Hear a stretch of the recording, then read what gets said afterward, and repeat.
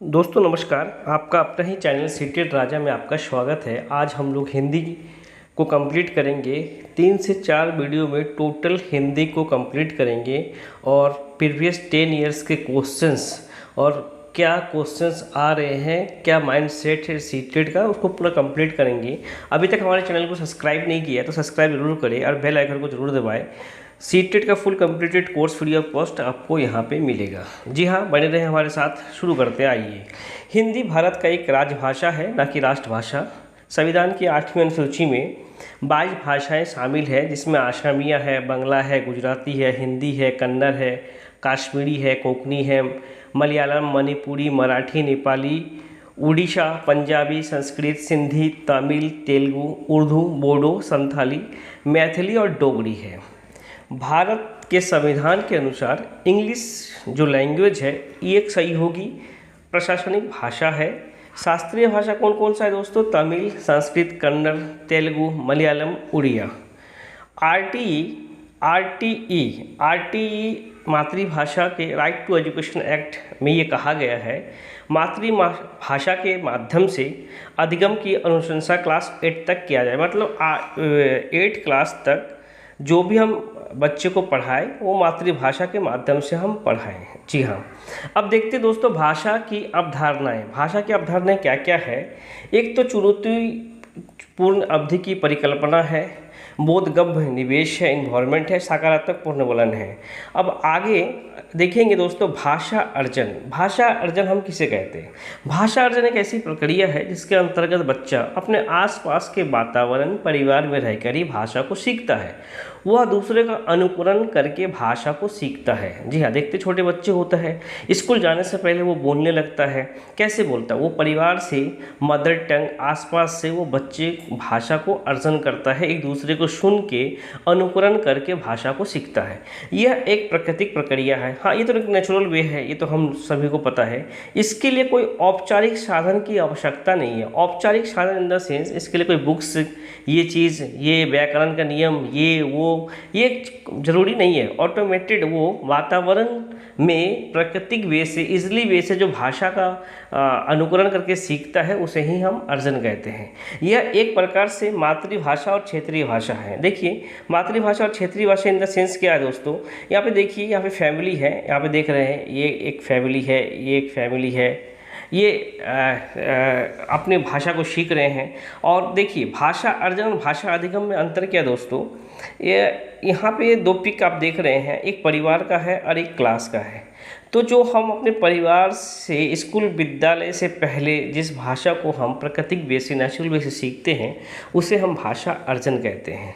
जी हाँ, और भाषा अधिगमन कहाँ पे होता है? हमारे घर के बाहर विद्यालय में, जिसमें हम सपोर्ट लेते हैं, संसाधन का उपयोग करते हैं, बुक्स, TLM ये सब का यूज़ करके जब हम लैंग्वेज को सीखते हैं तो हम वहाँ पे भाषा अधिगम कहते हैं। अर्जन स्वाभाविक होता है, अधिगम स्वाभाविक नहीं होता है। जी हाँ दोस्तों, अब आगे बढ़ते हैं। भाषा अर्जन।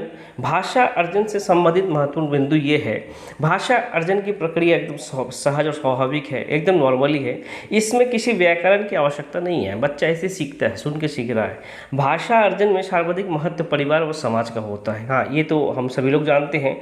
अब भाषा अधिगम क्या है दोस्तों? देखिए बच्चा है, पिक को पहले देखिए, बच्चा है, टीचर है, उसे कुछ पढ़ा रहा है, कुछ नियम बता रहा है। अब देखते हैं इसे क्या है। अधिगम का तात्पर्य होता है सीखना। किसी भी प्रकार के अधिगम की प्रक्रिया जीवन भर चलती रहती है।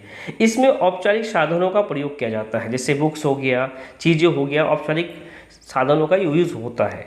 भाषा अधिगम में नियम और व्याकरण का प्रयोग होता है। जी हाँ, जब अधिगम कर रहे होते हैं आप, उसमें हम व्याकरण के नियम और प्रयोग को हम सीखते हैं। इसमें द्वितीय भाषा के नाम से भी हम जानते हैं। भाषा अधिगम को हम द्वितीय भाषा के नाम से भी हम जानते हैं।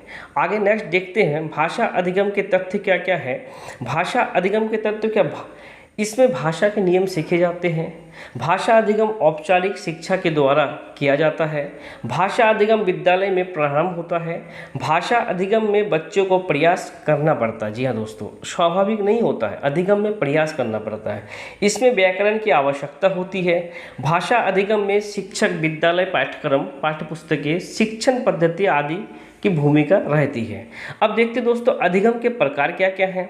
अधिगम के प्रकार क्या क्या। क्रियात्मक अधिगम। क्रियात्मक अधिगम में सीखने के लिए क्रियाओं को स्वरूप, क्रियाओं को गति में ध्यान दिया जाता है। जी हाँ दोस्तों, इसे क्रियात्मक अधिगम कहते हैं। शाब्दिक या वाचिक अधिगम। शाब्दिक या वाचिक अधिगम या सीखने में संकेतों, चित्रों, शब्दों, अंकों आदि का माध्यम से हम लोग सीखते हैं। जी हाँ, शाब्दिक या वाचिक में क्या है, जैसे कोई संकेत है, जैसे मैप में कोई चित्र है, कोई अंक है, जैसे मैं गणित में कोई अंक है, इसमें हम शाब्दिक और वाचिक अधिगम में रखते हैं।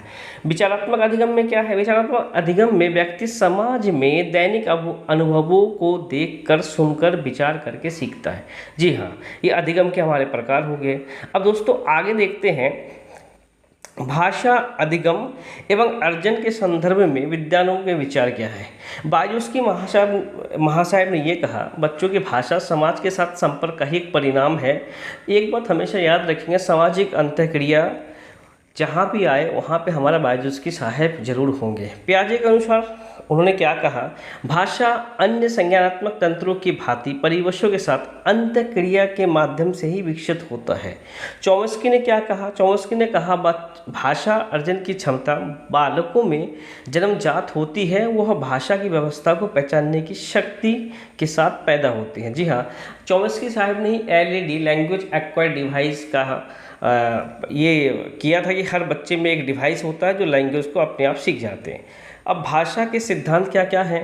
अनुबंध के सिद्धांत या सहचर का सिद्धांत। जी हाँ, अनुबंध का सिद्धांत सहचर में जैसे शेषावस्था में बच्चे किसी शब्द की पहचान किसी वस्तु या व्यक्ति से उस शब्द का सहचर संबंध स्थापित करके सीखता है। अर्थात सहसा अवस्था में सीखने की प्रक्रिया मूर्त होती है। जैसे पानी कहने के साथ साथ जब बच्चे पानी को दिया जाता है तो वो धीरे धीरे पानी शब्द का पानी वस्तु के बीच संबंध स्थापित करके उसे समझने लगता है। जैसे पानी कहने के साथ साथ जब बच्चे को पानी दिया जाता है, बाबू लो लो लो लो बाबू पानी पियो, तब वो बच्चा ये समझने लगता है इसको ये पानी कहते हैं। अनुकरण का सिद्धांत। अनुकरण का सिद्धांत में क्या है, इस सिद्धांत का प्रयोग बालक के आरंभिक शिक्षा में प्रभावी होता है। अनुकरण का सिद्धांत, इसके अंतर्गत बालक अपने परिवार, समाज आदि का अनुकरण मतलब नकल करके इस तरह के अधिगम के भाषा का गुण दोष समाज, परिवार आदि पर निर्भर करता है। जी हाँ, आगे देखेंगे अभिप्रेरणा एवं रुचि का सिद्धांत। अभिप्रेरणा रुचि का सिद्धांत क्या दोस्तों, किसी कार्य की सफलता हमें अभिप्रेरित करती है कि हम और बेहतर कार्य करें। ये सफलता हमें मोटिवेट करती रहती है और किसी कार्य की सफलता इस बात पर निर्भर करती है कि हम उस कार्य में कितना रुचि लेते हैं, हमारा इंटरेस्ट लेवल किसी भी काम में कितना है। अर्थात बालक का शिक्षा के प्रति रुचि और उत्साह उसे सीखने के लिए प्रेरित करती है। अतः शिक्षण संबंधी पाठ्य सामग्री, पाठ्य वस्तु आदि का निर्माण व चयन बच्चे की रुचि के अनुसार होना चाहिए ताकि बच्चे उसमें इंटरेस्ट ले और अभिप्रेरित रहे, ताकि उसमें सदैव सीखते रहे और अभिप्रेरित बच्चे रहे। पाठ्यक्रम में सब कुछ बच्चे उसमें इंटरेस्ट ले, एक दान करके सीखने पे बल देता है।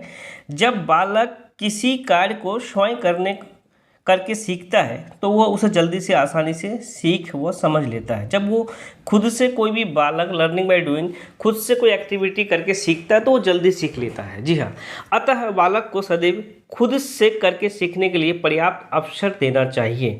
जी हाँ, हमें लर्निंग बाय डूइंग का हमारा कॉन्सेप्ट है, बालक को खुद से करने के लिए हमें अपॉर्चुनिटीज़, अवसर देना चाहिए। दूसरा क्या, अभ्यास का सिद्धांत। किसी भी चीज़ को सीखने के लिए अभ्यास सबसे महत्वपूर्ण होता है, क्योंकि उसी से हम हमारे व्यवहार में वो आता है। जैसे हैबिचूट, हम जितना प्रैक्टिस करेंगे वो हमारे व्यवहार में तब्दील हो जाएगा। भाषा प्रयोग के अधिक से अधिक अवसर मिलने से बच्चे में भाषा का विकास जल्दी होता है। एक आवृत्ति का सिद्धांत। आवृत्ति का सिद्धांत दोस्तों क्या कहता है, भाषा सीखने में आवृत्ति का बहुत महत्व है। सीखी हुई बातों को जितना अधिक दोहराया जाए वह उतना ही अधिक देर तक याद रहता है। इसलिए भाषा शिक्षण में पुनरावृत्ति पर भी विशेष बल दिया जाता है। जैसे आप लोग देखते हैं, A for apple, B for ball, C for cat, हम लोग बच्चे को पढ़ाते हैं। नेक्स्ट हम लोग देखते हैं अनुपात और क्रम का सिद्धांत। अनुपात और क्रम का सिद्धांत दोस्तों क्या कहता है, भाषा कौशल के चार स्वरूप होते हैं। जी हाँ, क्या होते हैं? श्रवण, वाचन, पठन एवं लेखन। श्रवण मतलब लिसनिंग। जब तक कोई भी बच्चा सुनेगा नहीं तब तक वो अनुकरण करके बोल भी नहीं पाएगा। सुनना, बोलना, पढ़ना, लिखना भाषा के 4 कौशल है। जी हाँ, श्रवण, वाचन, पठन एवं लेखन में निपुणता के लिए अभ्यास क्रम में समान अनुपात में बनाए रखने पर जोर देता है। नेक्स्ट हम लोग देखते हैं दोस्तों, भाषा के कार्य क्या क्या है, बोलने और सुनने का भूमिका क्या क्या है। भाषा के कार्य, अभिव्यक्ति का साधन है भाषा। भाषा व्यक्ति को अपनी आवश्यकता, इच्छा, भावना आदि को अभिव्यक्त करने में सहायता कर सकता है। देखिए, अगर आप भाषा नहीं जानेंगे तो अपना फीलिंग्स, आपको क्या खाना है, कहाँ जाना है, क्या चाहिए, ये अभिव्यक्ति आप कैसे कर पाएंगे? वो आप भाषा के माध्यम से आप अभिव्यक्ति कर पाते हैं। सामाजिक संबंध स्थापित करने में सहायक। जी हाँ, अगर आप भाषा ही नहीं जानेंगे तो समाज के साथ आप संबंध क्या बना पाएंगे? सामाजिक संबंध बनाने के लिए हम भाषा का प्रयोग करते हैं। भाषा मानव विकास का मूल आधार है। भाषा की शक्ति के माध्यम से ही मनुष्य प्रगति के पथ पर अग्रसर हुआ है। भाषा के अभाव में मनुष्य विचार नहीं कर सकता है और विचार के अभाव में वो अपने ज्ञान विज्ञान के क्षेत्र में प्रगति भी नहीं कर सकता है। जी हाँ दोस्तों, आप देखते होंगे बिना भाषा का कुछ नहीं हो सकता है हमारे ज़िंदगी में। ज्ञान की प्राप्ति में सहायक, शिक्षा के प्राप्ति में सहायक। जी हाँ, भाषा जो है ज्ञान के प्राप्ति में और शिक्षा के प्राप्ति में सहायक है। नए ज्ञान के प्राप्ति के लिए भाषा बहुत ही आवश्यक है और शिक्षा प्राप्त करने के लिए भी भाषा आवश्यक है। और भाषा हमारा मानव सभ्यता और संस्कृति की पहचान भी है। जी हाँ दोस्तों, जैसे जैसे मानव समाज ने अपनी भाषा में प्रगति की, वैसे ही उसकी सभ्यता एवं संस्कृति का विकास हुआ। ज्ञान विज्ञान के क्षेत्रों में प्रगति हुई और श्रेष्ठ साहित्य का भी सृजन हुआ। भाषा में सुनने का भूमिका, जी हाँ, बहुत ही इम्पोर्टेंट है। सबसे पहला भूमिका सुनने का ही होता है भाषा में। बच्चा अपने परिवार और समाज के लोगों को बोलते हुए सुनता है और उसका अनुकरण करता है और बोलने का कोशिश करता है। जी हाँ, पहले बच्चा सुन के ही, अनुकरण करके ही बच्चे भाषा को एब्जॉर्ब करते हैं और सुनते हैं। सुनने के माध्यम से बच्चे में शुद्ध उच्चारण करने का कौशल का विकास होता है। जी हाँ, सुनने के माध्यम से ही बच्चा बोलने में आने वाले उच्चारण संबंधी अशुद्धियों को भी दूर करने में सफल होता है। सुनने के माध्यम से ही एक बालक के शब्द भंडार में वृद्धि होती है, जिससे उसकी भाषा का विकास में भी वृद्धि होती है। सुनना ध्वनि का विभेदीकरण का सबसे अच्छा माध्यम है। इसके द्वारा बालक स्वर के उतार चढ़ाव से सीख जाता है। ध्वनि का विभेदीकरण इन द सेंस लय में, झांसी की रानी थी, एक राजा राजा था, इस तरह का। सुनने के माध्यम से बच्चा दूसरे की भावनाओं, विचारों को जान पाता है। सुनना अन्य भाषा कौशलों का विकास में भी बहुत सहायक होता है, जैसे वाचन कौशल, लेखन कौशल। जब तक कोई व्यक्ति सुन नहीं पाएगा तो वो बोल कैसे पाएगा, और जब तक सुन नहीं पाएगा, बोल नहीं पाएगा तो लिख कैसे लेगा। भाषा में बोलने का भूमिका क्या है दोस्तों? अब ये देखते हैं, भाषा में बोलने का, अब तक था भाषा में सुनने का, अब बोलने का। भाषा विकास में बोलने का भूमिका, बोलकर हम अपनी भावनाओं तथा विचारों को अभिव्यक्त करते हैं, एकदम सही। बोलने से ही बच्चा शुद्ध उच्चारण सीखता है, एकदम सही। बोलकर ही बच्चा कुशल भाषा प्रभाव प्राप्त कर सकता है, एकदम सही। बातचीत के द्वारा सामाजिक संबंधों का भी निर्माण करता है। जी हाँ दोस्तों, नेक्स्ट हम लोग देखते हैं भाषा में व्याकरण की भूमिका क्या क्या है। जी हाँ, विद्यार्थियों को शुद्ध उच्चारण की शिक्षा प्रदान करना व्याकरण का प्रमुख काम है। विद्यार्थियों में भाषा की अशुद्धता को समझने की शक्ति का विकास करना, छात्रों को वाक्य रचना के नियम एवं विराम चिन्हों का शुद्ध का प्रयोग आदि ज्ञान कराना। जी हाँ, अधिगम में व्याकरण की भूमिका से बच्चे के चारों भाषा का विकास होता है, चारों कौशलों का विकास होता है। सुनना, बोलना, लिखना, पढ़ना, चारों जो कौशल है भाषा के, उसका हम व्याकरण से हम उसमें परिपूर्णता लाते हैं।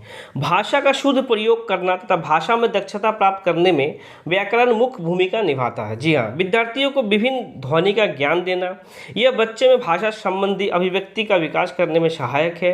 ये छात्र को लेखन शैली में मुहावरे, लोक युक्तियाँ का प्रयोग करने का शिक्षण देकर उनमें लेखन कौशल का विकास करने में भी भाषा सहायक है, व्याकरण सहायक है दोस्तों। व्याकरण से छात्रों में विभिन्न नए नए शब्दों का विकसित होता है। ये छात्रों में गद्य पद्य में अंतर समझाकर उनका लेखन कौशल का विकास भी करते हैं। व्याकरण छात्रों को लेखन में संज्ञा, सर्वनाम, विशेषण, क्रिया, प्रत्यय, उत्तर तद्भव आदि प्रयोग से उनका लेखन कौशल में विकास में सहायक है। व्याकरण विधियों को शुद्ध शुक्ति लोकोक्ति मुहावरे आदि अर्थ निकालने का योग बनाता है। आगे दोस्तों हम लोग देखेंगे व्याकरण की विधि और निगमन विधि, अनुकरण विधि, व्याख्यान विधि। दोस्तों एक वीडियो में बहुत लंबा वीडियो हो जाएगा, कक्षा में बहुभाषिकता क्या क्या है। दोस्तों बने रहे हमारे साथ, 3 से 4 वीडियो में मैं पूरा हिंदी का कोर्स कंप्लीट करा दूंगा। अगर हमारे चैनल को अभी तक सब्सक्राइब नहीं किया दोस्तों, आप सब्सक्राइब करें, शेयर करें, लाइक करें, बने रहे हमारे साथ। फुल कंप्लीटेड कोर्स सीटेट का आपको फ्री ऑफ कॉस्ट इस चैनल में प्रोवाइड किया जाएगा। फिर दोस्तों नेक्स्ट वीडियो में मिलते हैं। प्लेलिस्ट में जाकर topic wise video, question answer का वीडियो टोटल आप देखें, फुल कंप्लीटेड कोर्स आपको यहाँ पे मिलेगा। जी हाँ दोस्तों, बने रहे हमारे साथ। जय हिंद, जय भारत।